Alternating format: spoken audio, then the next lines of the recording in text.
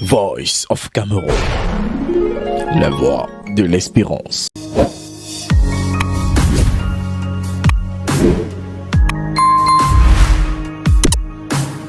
Un sourire avenant, des yeux lumineux et une allure gracieuse, à tout jamais scellé dans ce cercueil où gisent les restes mortels de la sénatrice Mireille Adara Gassawili, une Amazone du Rassemblement démocratique du peuple camerounais terrassée par la maladie et à qui le Sénat rend des ultimes hommages.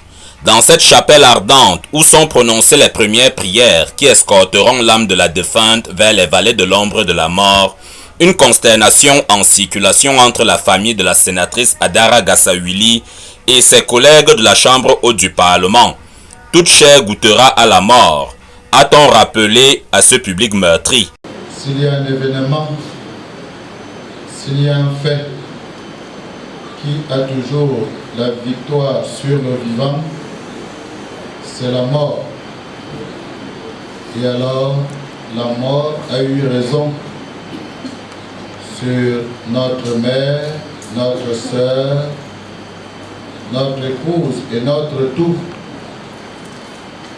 Et chaque jour, comme chrétiens, nous devons toujours nous interroger. Si nous devons nous interroger, pas parce que nous n'allons pas mourir, mais parce que nous savons que si nous mourons, quelle sera notre route? Parfum de tristesse qui flotte dans l'air de cette levée de corps sera du trajet qui conduira la disparue, les siens et ses collègues jusqu'au siège de l'auguste institution dont elle a revêtu les couleurs.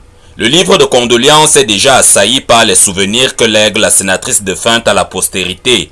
Au pupitre, la lecture éplorée que fait la famille des aînés Mireille Adara Gassawili sur la terre des hommes. Au contrôle de la situation, rare dans ce moment, rare.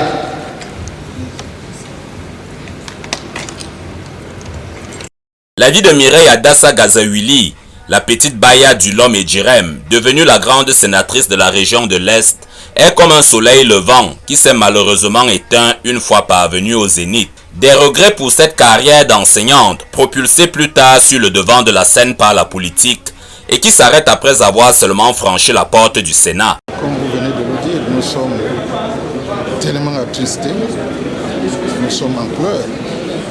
Vous voyez, la région de l'Est avait 10 sénateurs, et à peine arrivé le premier mandat, le premier mois, il n'a pu faire que la session de plein pouvoir.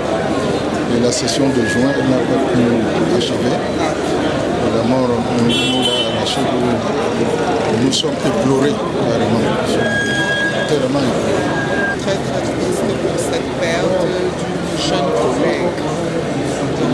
Le Sénat perd vraiment une personne qui était dynamique. Je l'ai connue un peu. Paix à son âme. À tour de rôle, les 99 restants de la chambre haute s'inclineront devant celle qui les quitte pour rejoindre la terre natale de Mulundu où l'attendent aussi les hommages de ceux qu'elle a su représenter avec honneur jusqu'au niveau les plus importants de l'État.